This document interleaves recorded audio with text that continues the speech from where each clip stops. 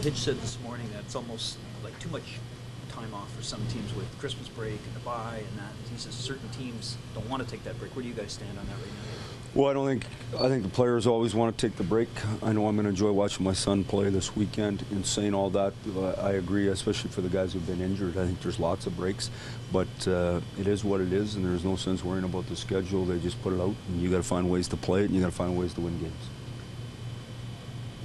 Mike, your tenure in the East, you've probably faced Ken Hitchcock more than any other coach. Is there more head games attached to it because of familiarity? Well, I mean, obviously, Hitch is a friend of mine, and he's a real good coach. I coached with him in a couple Olympics. Know him real good, and I mean, he wins everywhere he goes. He wins. He's good at his job, and he gets people to play hard. And so, we know we're in a real game here today. Last year when we played Dallas, it was run and gun up and down the rink. It's not like that now. They're playing for real. There's not going to be a lot of space, and I think it's a real good opportunity for our team. We got to man up and play.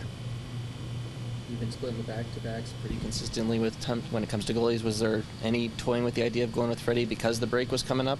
No. How do you think Jake is fit with Ron?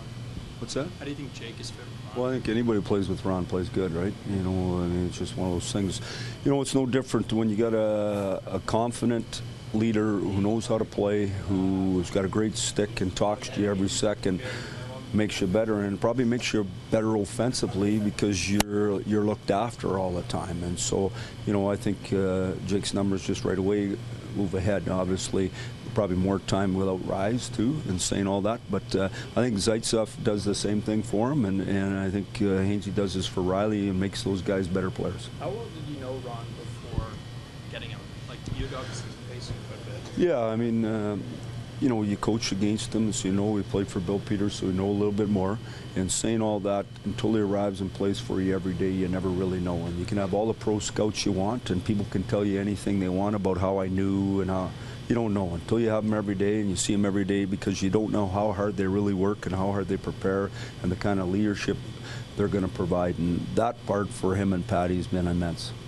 Second time Austin's been invited to the All-Star game. What benefits do you see him just hanging out with those guys? Like last year, apparently had a big impression. Well, I just think that you're in the right to go there. No one gives you a free ride, so that's real positive for him.